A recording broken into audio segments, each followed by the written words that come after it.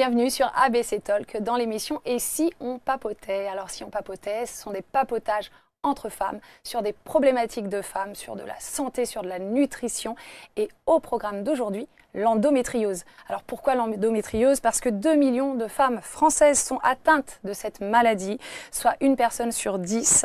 On rappelle que l'endométriose, c'est une maladie gynécologique inflammatoire chronique et elle va se définir par la présence en dehors de la cavité utérine, de tissus qui sont semblables à celui de la muqueuse de l'utérus qu'on appelle l'endomètre. Mais vous allez voir qu'avec nous, on a deux superbes invités, magnifiques invités qui vont vous parler de ça, parce que c'est une maladie dont on entend parler de plus en plus, mais qui est encore assez méconnue.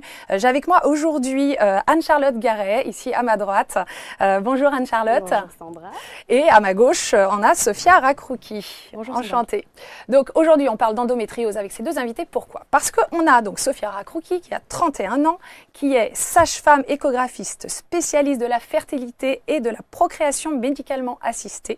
Tu es responsable de la préservation de la fertilité dans le service de médecine de la reproduction à l'hôpital Jean Verdier en région parisienne, et tu es convaincue que les connaissances médicales elles doivent être transmises aux femmes pour leur permettre de mieux comprendre leur corps, mais aussi pour faire découvrir le quotidien d'un service de PMA, entre autres. Et tu as créé du coup sur Instagram ton compte qui s'appelle Ma Fertility Team en 2023. Et toi, Anne-Charlotte Garret, oui. 36 ans. Ton compte Insta, c'est Astuces de diète. Astuces de diète, parce que tu es diététicienne nutritionniste, tu es une de mes consoeurs depuis 2011. Tu es spécialisée dans les prises en charge en endométriose depuis 4 ans. Tu exerces aussi en pédiatrie au CHU d'Amiens. C'est ton autre spécialité. Et l'endométriose, alors tu n'es pas là que parce que tu es diététicienne nutritionniste spécialiste de l'endométriose, mais parce que ça fait partie de ta vie, puisque tu en as été atteinte il y a 6-7 ans à peu près. Tu es également membre du réseau Raison d'eau, tu vas nous en parler. Et tu as coécrit un livre qui s'appelle Soulager l'endométriose grâce à une alimentation anti-inflammatoire aux éditions Larousse avec, on la cite, Céline de Souza, qui, elle, est chef de cuisine. Et tu aimes cuisiner, tu aimes manger, tu aimes surtout aider et montrer aux femmes qui sont atteintes d'endométriose que l'on peut vivre plus confortablement avec cette maladie. Et c'est le message d'aujourd'hui. On va parler endométriose et comment s'en sortir. Ma première question va s'adresser à toi, Anne-Charlotte. Ouais. Comment tu as découvert cette endométriose? Parce que c'est ça le problème, c'est le diagnostic. Oui, c'est le diagnostic. Alors, autour d'une conversation avec une amie qui a à peu près l'âge de ma maman et qui m'a dit « Non mais attends, tu peux pas rester comme ça, je pense que tu as la même chose que moi ». Et donc, elle m'a réorientée en fait vers sa gynéco qui, elle, donc au bout, donc ça a été quand même la 5e gynéco que j'allais voir. Quand même, ouais. Quand même, voilà. Et qui m'a fait le diagnostic effectivement d'endométriose. Ouais. Et à 29 ans. Donc, on est toujours sur une errance médicale qui a été très longue, d'environ 15-16 ans à peu près. 15-16 ans? Alors, quels étaient les symptômes? Des douleurs pendant les règles. En dehors des règles aussi. J'avais beaucoup d'alternance des troubles du transit, donc entre de la constipation, des diarrhées.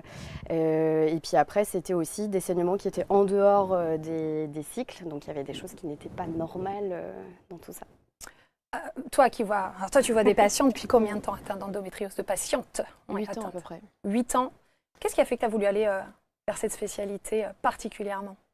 Alors déjà, pourquoi j'ai fait médecine? Eh bien, on va commencer par ça. Pourquoi j'ai fait médecine? Parce que je pense que je suis quelqu'un qui a envie parfois de contrôler un petit peu les choses, peut-être pour être un peu rassurée. Et pour moi, c'était pas possible de pas connaître mon corps et du coup de laisser tant de points d'interrogation. J'avais besoin en fait de le maîtriser. Et donc c'est pour ça que j'ai fait médecine, parce que je suis passionnée par la santé. Et pourquoi cette spécialité? Donc c'est venu tout seul. J'ai pris des chemins particuliers qui ont fait que je suis arrivée dans le domaine de la PMA, et en fait, c'est un domaine où j'accompagne la femme, mais de manière différente. Pas sur la grossesse et l'accouchement, mais sur la construction de femmes. Et moi, je pense que j'ai ma place à ce moment-là, parce que j'ai l'impression aussi de participer. Alors, souvent, on dit la sage-femme, elle est là au moment de l'accouchement, c'est le moment important de la vie. Et en fait, moi, j'ai l'impression d'être là lorsque la femme aussi se découvre en tant que femme. Et aussi offrir pour certaines la possibilité d'avoir une grossesse. Donc, moi, c'est pour ça que j'ai pris ce chemin. Je pense qu'en fait, il est complémentaire avec le métier de sage-femme de la maternité. Et moi, plutôt versant gynéco et fertilité. Mais toi-même, tu n'as jamais eu de symptômes, tu n'as pas de problématique d'endométriose? Dans la famille, peut-être? Ou des amis proches? Pas du tout. En fait, mon centre, je suis responsable de la préservation de fertilité dans un centre de la PHP. Et je reçois énormément de femmes qui ont de l'endométriose. Pendant longtemps, on ne savait pas trop endométriose, fertilité, etc. Donc maintenant, c'est un peu plus Mm. connu. Mais pendant longtemps, en fait, on disait, bon, la patiente, si elle n'a pas beaucoup d'endométriose, elle n'est pas considérée comme une cause médicale. Et en fait, nous, on était assez avant-gardistes sur le sujet parce que on se disait, non, tant qu'il y a un point d'interrogation, en fait, elles méritent d'avoir leur congélation ovocytaire parce que la science n'est pas assez développée et qu'on ne peut pas se permettre de se dire, on attend, parce que l'âge avance. Et donc, on a reçu énormément de patientes qui avaient de l'endométriose. Ça s'est démocratisé maintenant, elles sont reçues dans d'autres services. Mais en tout cas, j'en vois énormément et plusieurs par jour. Et ensuite, je consulte en libéral et j'en vois aussi du coup beaucoup. Oui, donc du coup, toi, quand tu as découvert ça, mauvaise nouvelle, ou au contraire bonne nouvelle parce qu'on mettait enfin un nom sur… Soulagement. Soulagement. Alors, soulagement parce qu'enfin, on mettait des mots sur des mots.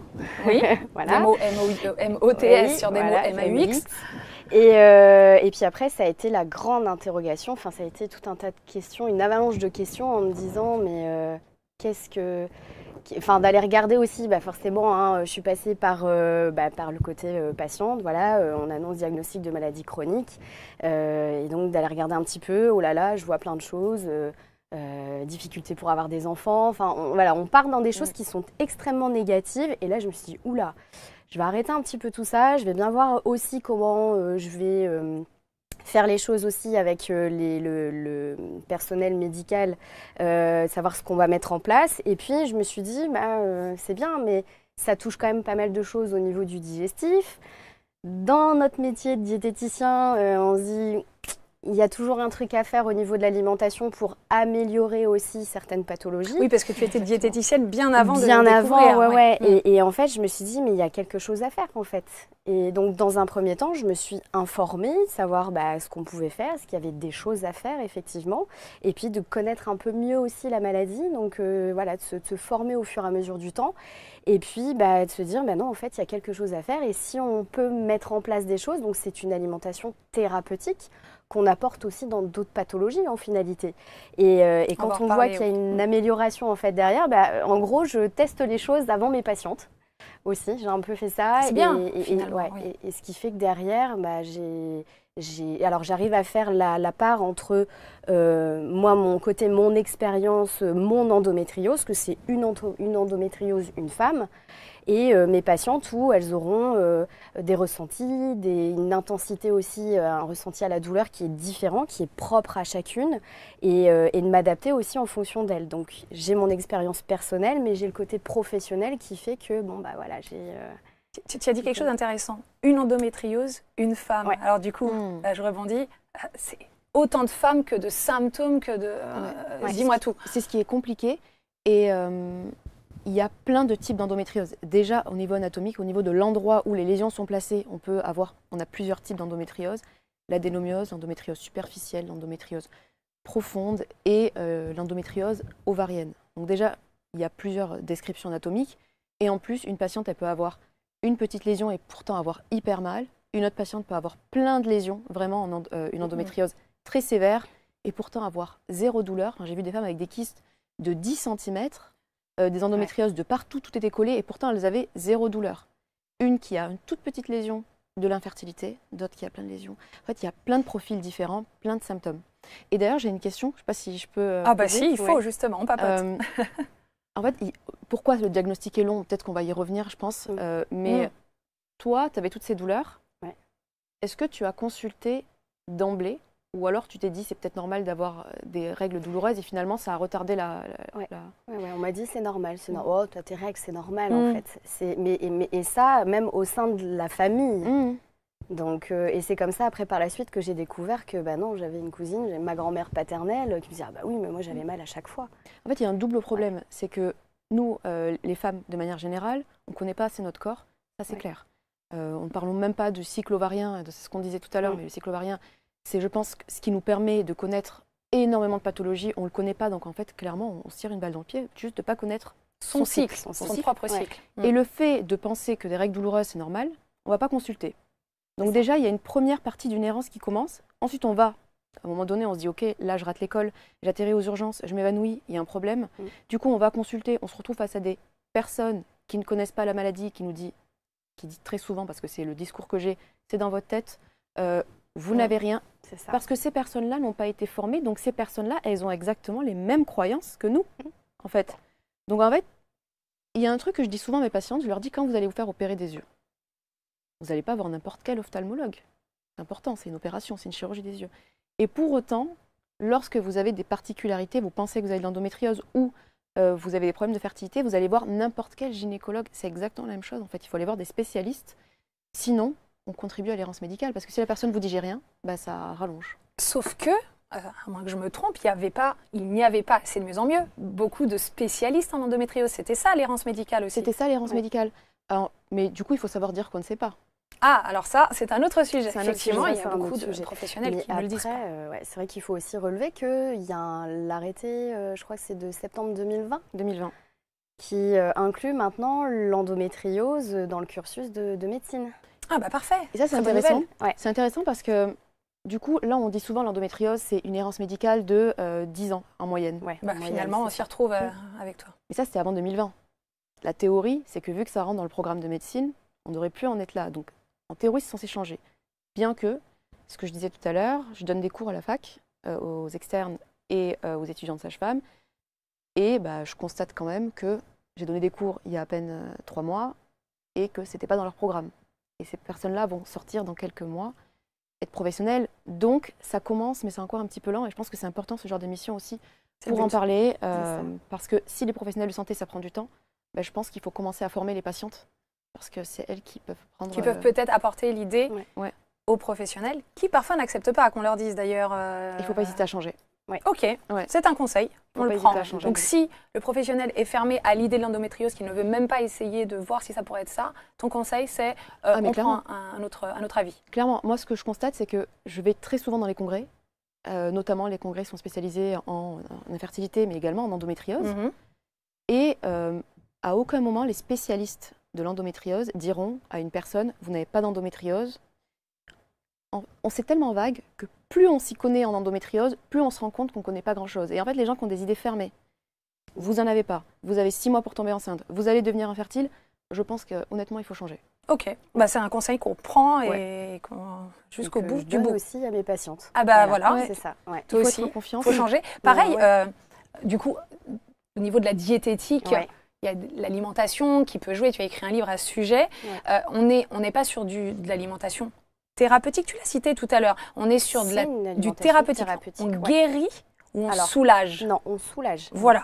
Alors raconte un petit peu à quoi ça ressemble ce type d'alimentation. Alors, c'est une alimentation qu'on pourrait dire un peu proche d'une alimentation méditerranéenne. C'est juste que, et on revient un peu aussi sur ce qu'on essaye d'inculquer, en tout cas au niveau préventif, sur tout ce qui est rééquilibrage alimentaire, de revenir sur une alimentation où le moins de produits transformés possible. Donc on revient un petit peu sur ça, de consommer un peu plus de fruits, de légumes, de faire attention à pas trop consommer aussi de viande rouge. En fait, c'est quand même assez proche sur ce qu'on donne aussi, ou même sur les recommandations de base.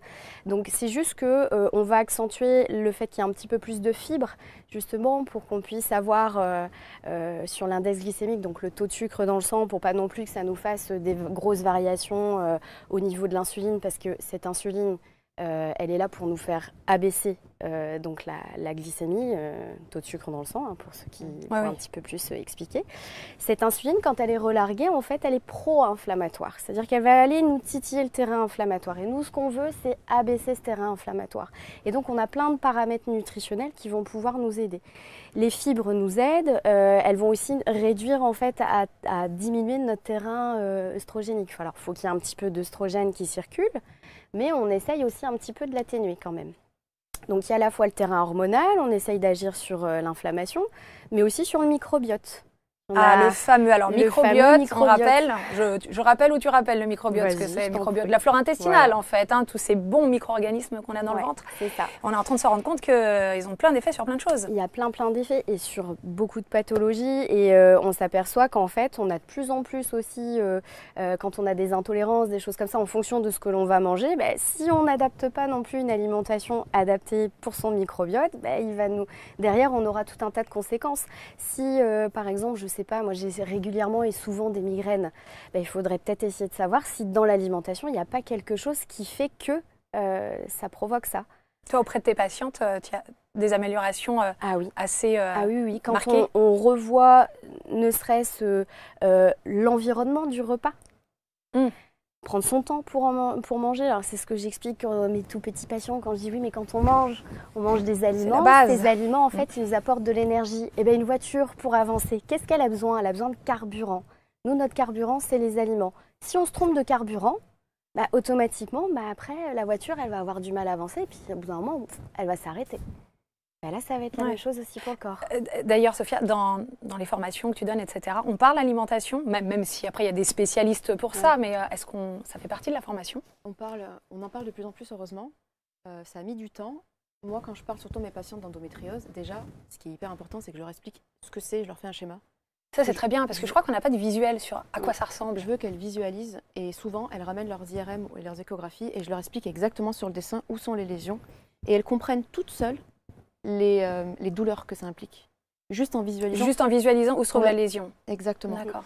Et donc ça, c'est hyper important, parce qu'elles me disent, ok, je comprends pourquoi j'ai des troubles digestifs, je comprends pourquoi pendant les rapports sexuels, en fait, j'ai des douleurs parce que mon ligament utérosacré est atteint et qu'il est sollicité pendant les rapports, etc. Ça, c'est hyper important. Et je leur dis que la prise en charge de l'endométriose, elle est globale. Ouais. L'alimentation fait partie. En fait, il y a plein de choses qui font partie de l'endométriose et toutes ces choses-là sont aussi importantes. La pilule n'est pas aussi importante que l'alimentation. C'est un espèce d'équilibre à trouver. Et je leur explique tout ça. Et quand tu comprends que effectivement, c'est des lésions semblables à l'endomètre ou des lésions de l'endomètre, parce que je sais que beaucoup de gens insistent sur le fait que ce soit des cellules semblables, mais en fait, les théories reviennent sur le fait que ce soit des cellules de l'endomètre. En fait, on pense, dans les dernières théories en tout cas, que toutes les femmes, lorsqu'elles ont leurs règles, les cellules elles sont censées partir à l'extérieur. Et en fait, il y a un reflux vers les trompes qui font partir un peu les lésions. On pense que ça arrive chez toutes les femmes, mais que de base, les femmes qui ont l'endométriose avaient un endomètre qui était malade. Et que chez une femme qui n'a pas d'endométriose, ces lésions vont disparaître, éliminées par le système immunitaire classique. Et pourquoi chez certaines femmes, ça va rester et ça va proliférer. On pense vraiment que c'est l'endomètre qui de base est inflammatoire, environnement, immunitaire, génétique. Alors oui, pour le coup, pourquoi il est malade de base, c'est multifactoriel. Mais c'est quand même cette théorie du reflux. Pourquoi? Parce que lorsqu'on opère une patiente, qu'on lui enlève toutes les lésions, qu'on la met sous pilule, ça stoppe. D'accord. Dès qu'elle arrête et qu'elle a de nouveau des règles, ça revient. Donc on va de nouveau vers cette théorie et c'est hyper important. Et qu'est-ce qui se passe lorsque tu as des cellules à l'extérieur? Le système immunitaire, il va voir qu'il y a des cellules qui ne sont pas à leur place et qui réagissent à des endroits pas habituels. Et donc le système immunitaire va vouloir attaquer ces cellules. Et c'est le fait d'attaquer qui fait mal. Donc ce n'est pas la lésion qui fait mal en elle-même, c'est la réaction immunitaire du corps. C'est la raison pour laquelle tout ce qui va inflammer, tout ce qui va faire que cette réaction va être plus violente, va créer et des douleurs, et des adhérences, et du coup va causer de l'infertilité, mais aussi un impact sur l'hygiène de vie. Et d'où en fait l'importance que l'alimentation joue un rôle, parce que cette alimentation, elle peut être pro-inflammatoire, et donc augmenter cette inflammation. Ça, l'état psychologique aussi. Alors oui, dépression, anxiété, beaucoup dans cette maladie, hein, j'ai vu les statistiques. Moi, c'est hyper important. Et d'ailleurs, il y a des études, j'ai vu un congrès en cardiologie où les patientes qui ont d'endométriose ont plus de risques d'avoir des maladies cardiovasculaires et des infarctus. À cause du niveau de stress global de la maladie, la douleur, qui est un stress horrible. On parlait d'évanouissement. Et on rappelle d'ailleurs que les adolescentes peuvent être atteintes d'endométriose. Parce que parfois, on se dit oh, tu chipotes, ma fille, vas-y, va à l'école. Mais c'est des malaises, des évanouissements, des douleurs extrêmement fortes. Hein. N'oubliez pas vos jeunes filles, surtout. Hein. Il y a quelque chose qui est important, c'est le rapport. Moi, quand je vois des patientes, c'est ce que je dis très souvent, elles viennent me voir en consultation pour infertilité. À la base, c'est souvent là où après tu vas détecter l'endométriose. Soit pour infertilité, soit parce qu'elles ont peur d'être infertiles. Vraiment, en fait, dans la tête, c'est endométriose égale infertilité. Ah oui, ok. Mais je voudrais bien qu'on en parle. C'est pas une obligation directe. Absolument pas. Non. Alors déjà, il y a des pourcentages qui sortent.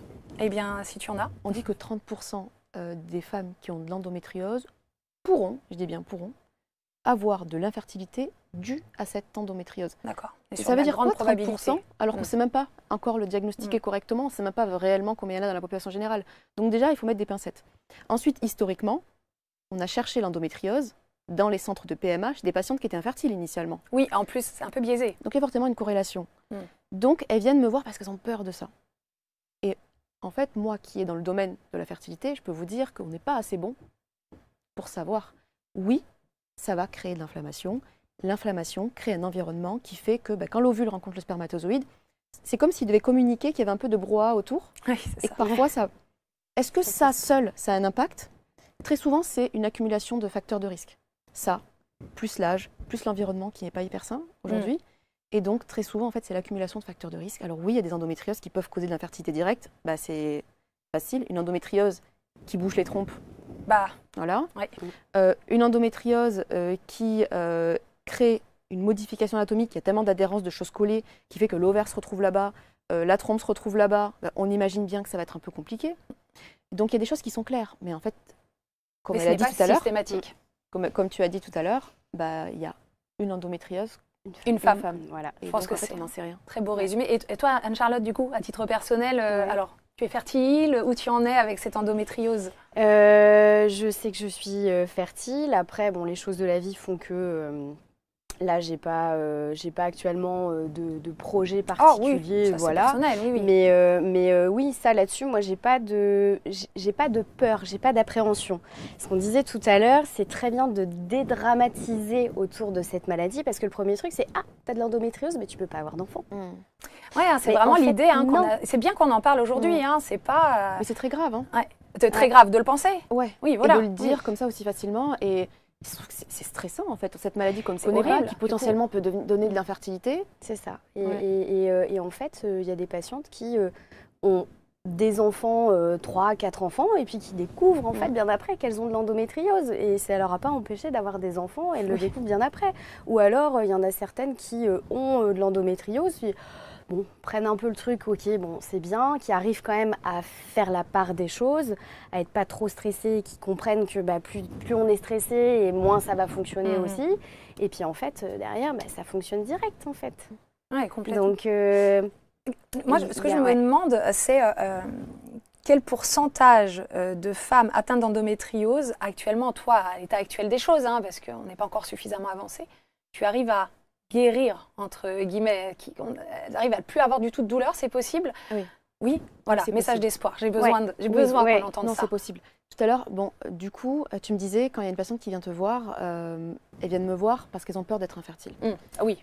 Et moi, je sais où on en est, l'état des connaissances sur la fertilité. En fait, j'en sais rien, si elle va être fertile ou pas. Et en plus, ça ne dépend pas que d'elle, ça dépend du conjoint qu'elle va rencontrer, de la rencontre des deux gamètes. Du conjoint, s'il est plus ou moins infertile lui aussi. Exactement. Donc, en fait, quand elle vient me voir en tant que célibataire, qu'elle a de l'endométriose, honnêtement, j'en ai aucune idée. Et du coup, si elle n'a pas de projet, qu'elle pense avoir des enfants tard, je proposerai une congélation ovocytaire au cas où. Mais vraiment, je ne suis pas du tout inquiète pour ça. Pour le coup, je ne suis pas inquiète pour ça, mais je suis inquiète parce que très souvent, ces patientes, elles se sont un peu dissociées de leur corps. En fait, c'est des patientes qui ont mal depuis l'adolescence. On ne les a pas forcément écoutées. Et c'est un profil parfois un peu... Alors, je ne peux pas mettre dans une catégorie, mais très souvent, c'est des patientes qui ne comptent pas forcément leur heure au travail, qui attendent avant de prendre des antidouleurs. Et ça a toujours frappé. Je dis, mais pourquoi vous attendez? Elle me dit, attendent d'avoir très mal. Pourquoi? Parce qu'elles veulent être femmes fortes, non? Ouais. C'est ça? Mais surtout, elles ont un rapport à la douleur qui est... J'ai une patiente qui m'a dit, en fait, j'ai un pneumothorax, mais vu que ça faisait moins mal que mes douleurs de règles, je pensais que c'était OK, quoi. Femme très forte, là. Et elle me dit, les règles, le mois dernier, ça allait, je me suis juste évanouie une fois. Et en fait, c'est la normalité, en fait, qui n'est plus... le curseur de la normalité n'est plus au même niveau que la plupart des gens. Exactement. Et donc, en fait, moi, ce qui est important, c'est d'essayer de les reconnecter un peu avec leur corps, leur dire que ce n'est pas normal. Bien évidemment, leur dire que ce n'est pas dans leur tête. Et moi, quand je prescris un diagnostic pour essayer de voir si elles ont de l'endométriose ou pas, je commence par une imagerie. Donc, je leur prescris une échographie chez un spécialiste, un référent. Ça permet déjà de voir. Alors, ça permet de voir les lésions profondes, ça permet de voir les lésions dans les trompes, ça permet de voir dans les kystes des ovaires. D'accord. Ça permet pas forcément de voir les lésions superficielles. Mais c'est déjà un bon début. Et c'est déjà un bon début. Pourquoi? Parce que très souvent, elles sont déçues. Les patientes, elles viennent, elles ont des symptômes évocateurs d'endométriose. Je fais l'échographie, il n'y a rien. Elles sont déçues. Bon, alors que moi, je suis contente. Oui. Je suis contente parce que je me dis, vous avez potentiellement de l'endométriose, mais vous n'en avez pas dans les ovaires, déjà. Vous n'en avez pas dans les trompes, vous n'en avez pas des profondes, en tout cas pas visibles. C'est super, en fait. Et moi, je les crois. Je n'ai pas besoin que le spécialiste m'ait écrit « elle a de l'endométriose ». Et d'ailleurs, un spécialiste référent d'endométriose, maintenant que tu les côtoies au Raison d'eau, ils ne mettront jamais « la patiente n'a pas d'endométriose ». Ils diront « pas de lésion visualisée ». Parce qu'il faut rester humble, nos techniques sont limitées. Et ce n'est pas parce qu'on n'en voit pas qu'il n'y en a pas. D'ailleurs, il y a des milliers de femmes chaque année pour lesquelles on n'a rien vu à l'échographie, à l'IRM. On ouvre le ventre et on en voit. Donc il faut rester humble et il faut se fier à la symptomatologie. de la patiente. Ouais, Le ça. Raisando que tu viens de citer et dont tu fais partie, explique un peu ce que c'est. Ça fait un réseau qui pourrait aider ceux qui nous regardent aujourd'hui. Alors, c'est un réseau de base qui est parisien et pour la région aussi Île-de-France. Bon, après, moi, je suis d'Amiens, donc je suis aussi sur le réseau. Ça permet en fait de pouvoir aller, c'est un annuaire qui rassemble tous les professionnels en fait spécialisés en endométriose. D'accord. Donc tu en fais partie aussi. J'en fais pas partie parce qu'on travaille ensemble sur des projets communs, mais j'en fais pas partie. Bon. Donc il y a gynéco, il y a sage-femme, on peut retrouver aussi ostéopathe, kiné, diète. Donc c'est vraiment, comme tu disais tout à l'heure, c'est une prise en charge globale. Et donc, il n'y a pas que l'alimentation qui va faire quelque important chose. de le rappeler. Il y a besoin d'avoir le gynéco, la sage-femme, d'avoir le kiné aussi. Parce que suivant comment elles sont atteintes, suivant les douleurs, moi là, souvent je leur dis, mais en fait, faites-vous prescrire des séances de kiné parce que là, il faut vraiment qu'on fasse de la rééducation pour qu'il y ait une meilleure mobilité aussi du bassin. C'est important ça, on ne le sait pas. Ouais, Par exemple, ça, c'est une info que tout le monde ne sait pas. Et que certains gynécos ne savent pas non plus. C'est la formation, on en revient à cette problématique. En fait, on décorrèle vachement, je trouve. On est trop séparés, c'est ça, on a du mal à travailler comme ça. Ensemble, Une bonne prise en charge, c'est de rassembler les deux, sinon c'est pas possible. Et donc on a effectivement... médecin de la douleur aussi. Médecin de la douleur aussi. Donc médecin de la douleur, il y a la prise en charge hormonale aussi, qui fait vachement débat. Débat, parce qu'on ne sait pas si c'est vraiment utile, pas utile, on n'est pas assez avancé. Alors, je pense que ça l'est. Mais je pense que tout le monde ne tolère pas forcément la pilule. Moi, par exemple, si je prends la pilule, je ne la supporte pas.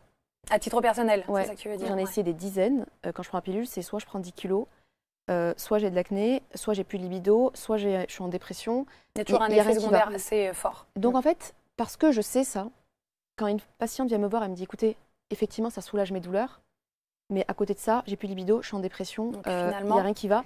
Et en fait, je le comprends, je l'entends. Chose que beaucoup de professionnels ne l'entendent pas forcément. Et bravo à toi. Et je sais qu'il y a j'ai des amis qui tolèrent, j'ai des patientes qui adorent même la pilule, qui ont pas ces variations hormonales, ce SPM, etc. Elles adorent. Donc mais je sais entendre quand ça va pas. Et je pense qu'une patiente n'a pas à choisir entre la peste et le choléra. Et souvent, ce que je fais, c'est que je leur dis la pilule, c'est intéressant parce que du moment où elle arrête la pilule, le cycle reprend au bout de 4-5 jours. Donc, il y a quand même une liberté. Et ces patientes-là qui ont mal tous les mois, de manière répétée, c'est fatigant. Et lorsqu'on veut mettre en place des rendez-vous chez la diététicienne, chez le kiné, chez l'ostéo, chez parfois le psy, parfois chez le sexo, parce que ça a entraîné des douleurs dans les rapports sexuels, etc.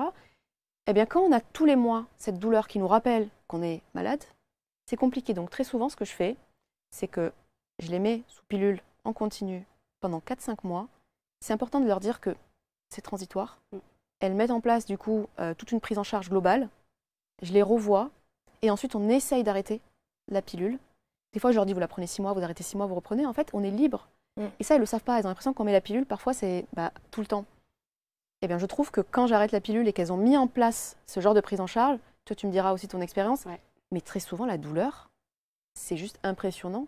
Des fois, elles n'ont même plus de douleur. Alors, certaines auront besoin de traitements hormonaux. Mais pour le coup, certaines, je trouve ça hyper important.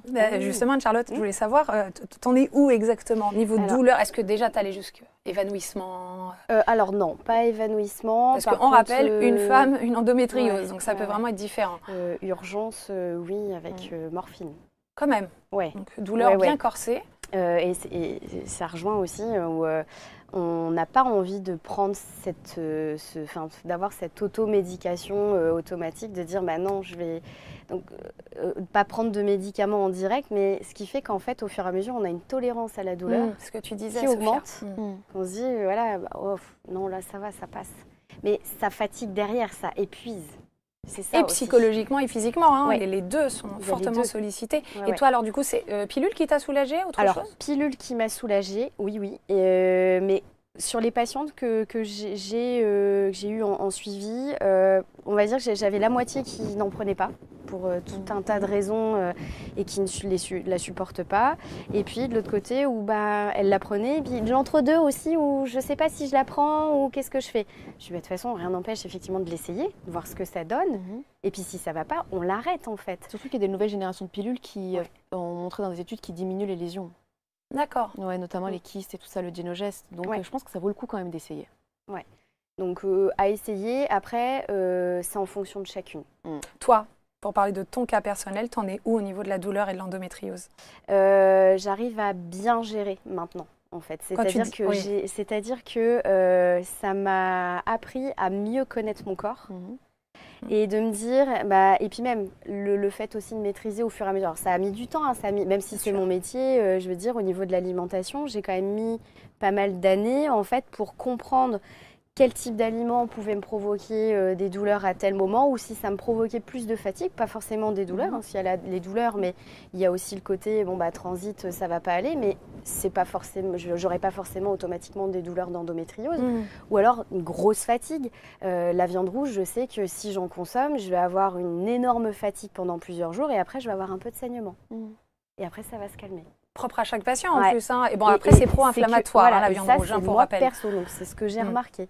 Et donc après, je sais que, si j'ai une période qui va être un peu plus stressante, je vais peut-être essayer de faire un petit peu plus d'exercices aussi, de relaxation, des choses comme ça, parce que le stress amplifie aussi. Ouais. Le sport aide beaucoup aussi. Hein. Ouais. Le sport, mais pas de manière intensive, je suppose, ou si? Ça dépend. Il y a un recul là-dessus? D'accord. On sait qu'il y a des études aux États-Unis qui ont été faites, notamment le yoga et le pilates. Mais en fait, j'ai remarqué que tous les sports. De toute manière, à partir du moment où en faisant de l'activité physique, on sécrète des hormones du bien-être, je pense qu'on améliore à peu près tout, aussi bien la dépression qui peut être associée à l'endométriose, ce type de choses. D'ailleurs, la ménopause, alors imaginons, on ne traite rien du tout de l'endométriose, ou une femme qui ne sait même pas qu'elle a de l'endométriose, mais elle a des douleurs, la ménopause, ça change tout, ou au contraire, pas? Alors, on discutait tout à l'heure. On en parlait, Alors, on sait que lorsque les patientes ont des douleurs de règles, dès qu'elles ont la ménopause, elles ont plus mal. Beaucoup. La majorité. Mais pas toutes. C'est important de le rappeler. Pas toutes, parce que lorsqu'on a ces douleurs inflammatoires, ce qui est important de se dire, c'est que lorsqu'on a des douleurs inflammatoires, ce qui soulage, c'est les anti-inflammatoires. On se ralentit le processus inflammatoire, et dans ce cas-là, la douleur baisse. Sauf que souvent, quand on dit « non, j'attends d'avoir très mal », mais c'est pas nous qui avons mal, c'est nos nerfs. Oui, c'est nous via nos nerfs. Et nous, du coup, le cerveau nous dit qu'on a mal. C'est ça. Le problème, c'est que ces nerfs-là, on va les abîmer au fil des années. Et que ça va se transformer non plus en douleur inflammatoire, mais en neuropathie. En douleur chronique. Douleur chronique avec des douleurs, des maladies du nerf qui a trop subi. C'est ça. Okay. Et le problème, c'est que quand on a la ménopause, ok, on n'a plus d'hormones, ok, on n'a plus de douleurs inflammatoires. Mais en fait, ça n'arrange pas les douleurs neuropathiques.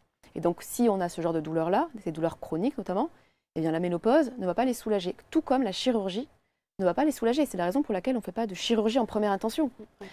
Mais ça peut soulager en deuxième, troisième intention. En fait, dans les nouvelles recommandations, on doit planifier la chirurgie sur notamment les projets de grossesse. Parce qu'on sait que plus on fait de chirurgie tôt, plus on risque de les répéter. Quand on ouvre le ventre d'une femme, on crée de l'inflammation juste en ouvrant-le. Donc en fait, il faut toujours une balance bénéfice-risque, on n'est pas sûr de la soulager. Donc on évite. On le fait généralement que au moment du projet, si elle est infertile, parce qu'on sait que les 2 années qui vont suivre augmentent sa fertilité. Très bonne nouvelle, déjà. Elle a eu toutes ses grossesses.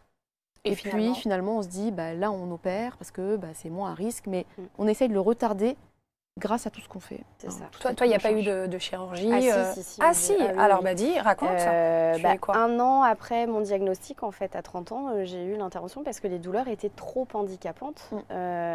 Et il faut dire ce qu'il y a aussi, c'est que pendant les... Alors moi c'est surtout de l'endométriose profonde, après j'ai eu de l'adénomiose, donc c'est de l'endométriose à l'intérieur de l'utérus, qui a été détectée un petit peu plus tard. Mais cette endométriose profonde, on a retiré les lésions parce que justement quand j'avais mes règles, quand j'allais à la selle, j'avais des énormes douleurs, comme si c'était des coups de poignard qu'on me rentrait. Je pense que c'est bien de préciser qu'on est vraiment sur ce niveau de douleur. Ah oui, c'est un niveau de douleur et en fait, là, c'était plus possible. Donc là, il y a eu la discussion effectivement de l'intervention chirurgicale. Quelle intervention? Alors, on se dit toujours, il faut prendre du temps pour soi. Alors, c'est pas évident quand on est une pile et qu'on fait pas mal de choses. Mais non, ça a été vraiment bénéfique par la suite. Mais c'est pas pour autant que ça m'a complètement arrêté les douleurs. Hein. Ça les a diminués. Ça les a bien diminués, ça c'est sûr. Mais du coup, il y a quand même un fond de douleur aussi qui est là. Et puis après, ça dépend. On peut arriver à 0 douleur? Ouais. Tu as déjà vu? On peut se dire qu'il y a un avant et un après, un vrai. Mais il faut vraiment voir En fait, il faut revoir toute l'historique de la patiente. Très souvent, moi, quand j'ai vu une évolution de la symptomatologie, pas forcément, c'est pas parce qu'on a une évolution des symptômes qu'on a une évolution d'endométriose aussi. Hein. C'est aussi comment on perçoit la douleur et l'inflammation. Très souvent, moi, je remarque dans ma pratique quotidienne qu'il y a quand même un événement aussi personnel. La perte de quelqu'un au travail, c'est compliqué, etc. Donc souvent, il y a dans l'environnement quelque chose qui a fait que ça s'est augmenté, d'où le fait... Facteur déclencheur qui amplifie. En tout cas, pour dire que l'environnement joue un rôle hyper important. Ouais. Et je voulais revenir sur la chirurgie. En fait, on opère pour, on va dire, 3 raisons principales.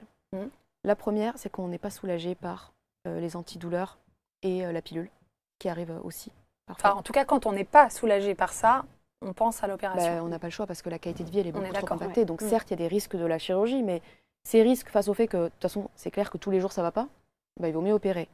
Ça, ou quand l'endométriose est un risque pour un organe. L'endométriose peut se mettre dans plein d'endroits dans le corps. Hein. Ouais. Elle peut se mettre au niveau de l'urtère et abîmer complètement le rein. Elle peut se mettre au niveau du rectum et peut créer une occlusion. Dans ce cas-là, effectivement, il faut opérer. Ou autour de la fertilité. Ouais, c'est les 3 raisons principales. C'était lequel de tes risques, toi Moi, c'était surtout la douleur. la douleur. La gynéco qui trouvait que c'était des douleurs qui étaient... Enfin, en tout cas, pour moi, je supportais. C'est amusant ce que tu dis. Hein. Ouais. La gynéco qui trouvait que la douleur, parce qu'on a une telle tolérance de douleur que c'était toi, en fait. Ouais. Elle a vu, mais toi, tu te disais, bon, je peux encore supporter plus, peut-être, presque.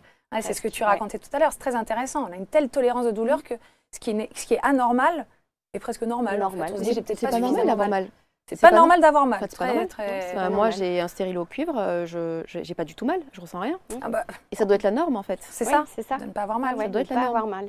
C'est important. Il y a une différence entre j'ai mal et c'est désagréable. Parfois, je les sens, les contractions. Mais on est dans le désagréable. C'est désagréable, ça fait pas mal. Je me dis pas du tout qu'il faut prendre un Doliprane. Alors, comment on sait du coup que ça fait mal? Est-ce que c'est quand on dit aïe?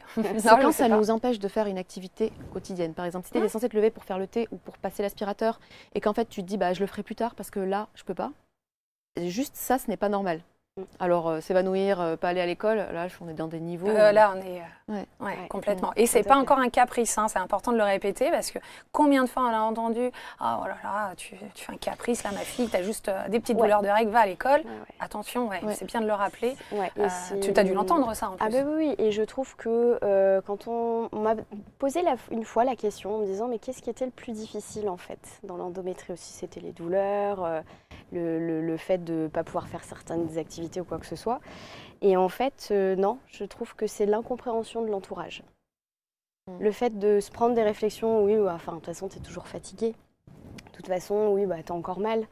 Alors, on fait des efforts. Non, y a pas on ne le dit pas forcément. C'est juste parfois, il y a notre non-verbal qui ressort de toute façon, on ne va pas pouvoir aller à tel endroit parce que tu as mal, parce que ça ne va pas. Tu fais ta chochotte. Voilà, tu fais ta chochotte. Ou alors, on est dans une sortie et d'un coup d'un seul, en fait, quand on a aussi... Alors, on peut avoir des atteintes sur le digestif, mais aussi des symptômes digestifs, sans spécifiquement avoir des atteintes sur le digestif. Mais quand ça impacte sur le transit, et que vous êtes en sortie et que d'un coup, il faut aller aux toilettes. C'est l'urgence, Et l'urgence, et que derrière, à côté, on se dit « Ah, mais en fait, ça saoule, là, c'est bon. » Et puis toi, l'angoisse de te dire à tout moment, ça va me prendre. Oulala, voilà. Donc, je trouve que ça, c'est très difficile d'avoir un entourage qui n'est pas du tout compréhensif, ou un minimum. C'est pour ça qu'il faut en parler. Et c'est pour ça qu'il faut en parler. Possible. Et c'est pour ça que psychologiquement, il y a des patientes où, au bout d'un moment, elles s'isolent, elles sortent plus. Ce que tu disais avec il y a le côté social, même relationnel avec les amis. De toute façon, elle vient pas ce soir parce qu'elle est encore pas bien, elle est fatiguée. Elle est encore pas bien. Voilà, c'est horrible. Encore pas bien. Si tu avais un conseil, ton conseil de fin d'émission à donner à toute personne qui ont des douleurs ou qui savent ou qui ne savent pas qu'elles ont l'endométriose, quel serait ton conseil? De penser à soi, de prendre soin de soi, de ne pas se négliger. S'il y a des douleurs, s'il y a quelque chose, de continuer à aller chercher, à aller voir un professionnel, d'en parler et d'essayer de trouver ce qu'il y a. Mais vraiment, c'est la priorité, c'est prendre soin de soi. C'est pas égoïste. Et c'est primordial pour justement après derrière aller sur une meilleure qualité de vie en fait. Très bien. Et toi Sophia, tu dirais quoi à tes patientes, à toute personne qui pourrait nous regarder? Alors c'est d'aller voir des référents. Alors il n'y en a pas beaucoup, donc il faut se rapprocher des centres de référence qui eux ont des listes généralement. de se faire diagnostiquer chez des références. C'est pas parce qu'on a un diplôme d'échographie qu'on sait diagnostiquer l'endométriose. C'est des diplômes qui sont récents également, autour de 2020. C'est pas parce qu'on fait une IRM que c'est mieux qu'une écho. Si le radiologue ne sait pas voir d'endométriose, il ne les verra pas. Donc d'aller voir des référents. Et surtout, c'est qu'on part du principe dans ces douleurs, qu'on part du principe qu'on a de l'endométriose jusqu'à preuve du contraire. Parce que la prise en charge, en fait, c'est une prise en charge des symptômes et que moi, la priorité, c'est les symptômes avant de mettre un nom. Et très souvent, j'ai entendu la patiente, elle a besoin de coller une étiquette, de dire qu'on a de l'endométriose. Moi, je ne suis pas tout à fait d'accord avec ça. J'ai énormément de patientes. Il suffit que je leur dise, je vous crois, vous en avez probablement, mais c'est pas grave si on ne le voit pas parce que moi, je vous crois, ça suffit amplement. Elles n'ont pas besoin d'avoir écrit endométriose. Soulagement d'entendre un professionnel. Ouais. Elles ont besoin de ça. Ouais, c'est un très beau message. Bah, merci beaucoup pour cette émission. Alors moi, j'aime bien terminer mon émission de papotage avec un petit jeu qui n'a rien à voir avec l'endométriose. C'est juste pour apprendre à vous connaître. C'est très simple, c'est le jeu du tu préfères. Est-ce que vous connaissez? Vous allez lancer un dé en l'air, vous allez tomber sur une question et c'est tu préfères ceci ou cela, c'est pour connaître votre personnalité. Il y a déjà 2 questions qui sont tombées sur la précédente émission, donc si vous tombez dessus, ça sera blanc, mais il y a encore des questions. Alors je vais commencer par toi, Sophia, tu le lances en l'air, tu te le rattrapes et tu tombes sur une question. Quelle est-elle? Je te laisse la donner. Arriver toujours 1 heure en avance au rendez-vous ou 1 heure en retard? Alors, est-ce que tu préfères arriver 1 heure en avance au rendez-vous ou 1 heure en retard? 1 heure en avance, même si ça n'arrive pas souvent. Elle était un petit peu en retard aujourd'hui pour l'émission, mais on ne le dira pas. Hein. Complètement excusée, hein, Sophia. Et toi? Tac. Alors, être pauvre aux côtés de l'amour de sa vie ou être milliardaire sans jamais connaître l'amour? Ah bah non, être pauvre aux côtés de l'amour de sa vie. Oh, c'est beau. Ouais. C'est beau. C'est sincère? Ah oui, oui, oui. Non, ça s'appelle comment cet amour-là? Pour les yeux qui brillent, là, il y a un amour, là. Non, il n'y en a pas? Ah, il y en a un, moi je te le dis, mais tu ne le sais pas. Bon, merci en tout cas. Je rappelle, donc, Anne-Charlotte Garret, diététicienne nutritionniste. Astuces de diète, c'est ton Instagram, sur les réseaux sociaux. Super intéressant, allez voir ce qu'elle fait. Et puis, surtout, on parle de ce livre-là, Soulager l'endométriose, aux éditions Larousse, donc grâce à une alimentation anti-inflammatoire. C'est une pépite. C'est coécrit avec la chef Céline de Souza. Donc vraiment excellent. Et puis Sophia Rakrooki, au niveau des actualités, on rappelle que tu donnes des formations auprès des étudiants en médecine, que tu es conférencière au congrès de médecine générale mai 2024. Donc ça, c'est important. Et puis qu'il y a un podcast qui va sortir sur l'endométriose et le SOPK, syndrome des ovaires polykystiques. On en parlera dans une prochaine émission. En tout cas, merci à vous et à très bientôt sur ABC Talk et dans Et si on papotait.